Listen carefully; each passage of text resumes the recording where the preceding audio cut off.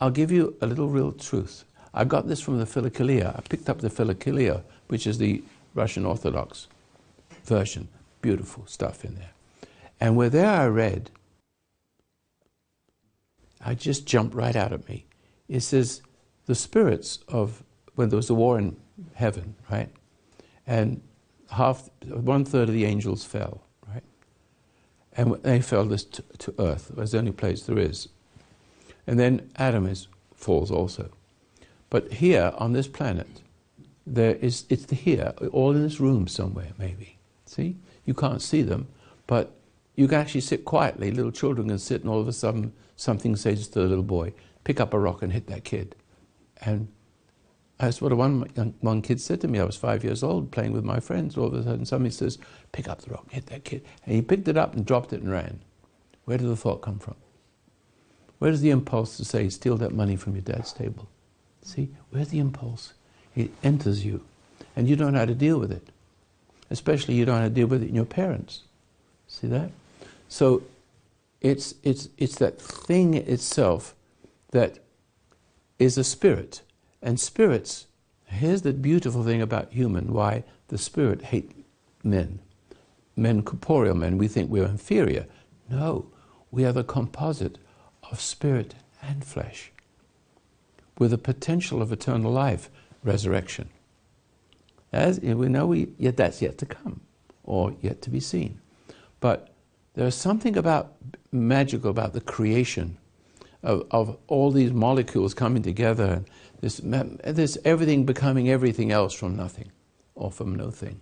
There's something about then men being shaped in the image of God, but not evolutionary-wise like the animals, somehow special, with a special, not as... consciousness doesn't pop out of flesh. It just doesn't pop like that. Man is made in a special way. And that special way means you have a conscience. And then there's the temptation, and God knew that it would fail. And therefore, because if you'd made 1,000 different Adam and Eves, they'd all die and there wouldn't be any progress. So he knew in his heart they'd have to fail. But the spirits of Paradise Lost, these are the things that are in hell. That's like another dimension. And they can rise up and get inside people. Because that was what one of them was in the Garden of Paradise Lost. See, that's what it was. It entered Eve. But there's something about the human being, that the spirit of human being, which is God-given, which is poisoned and polluted, but the stout ones, the ones that have a longing and are troubled by what is troubling them, and not happy with the miserable life they've lived, but are hungrily looking for an answer, but being foiled in every way by religion and psychiatry and all the kinds of wrong friends and the terrible injustices that are going on, and there's nowhere they can find anything, bits and pieces here and there, but not able to collate it. See?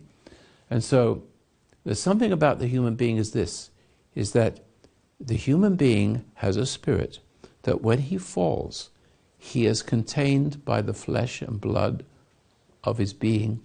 His fall is contained. He doesn't drop straight down into the other dimension. But where the angels, having no body, fell straight down. No salvation for them. There is no salvation for what is in you. That's why it's so desperate. And it wages war against God, so he makes sure that the children of God have nothing to inherit. That's what's happening now. That's why it's important for us to stand up and to be strong, because we are being tested. And we have armies of people, legions of soldiers and people who are corrupted by different religions and different ideologies, warring against him. We're the bright spot of the world, Israel, us. There's nowhere on earth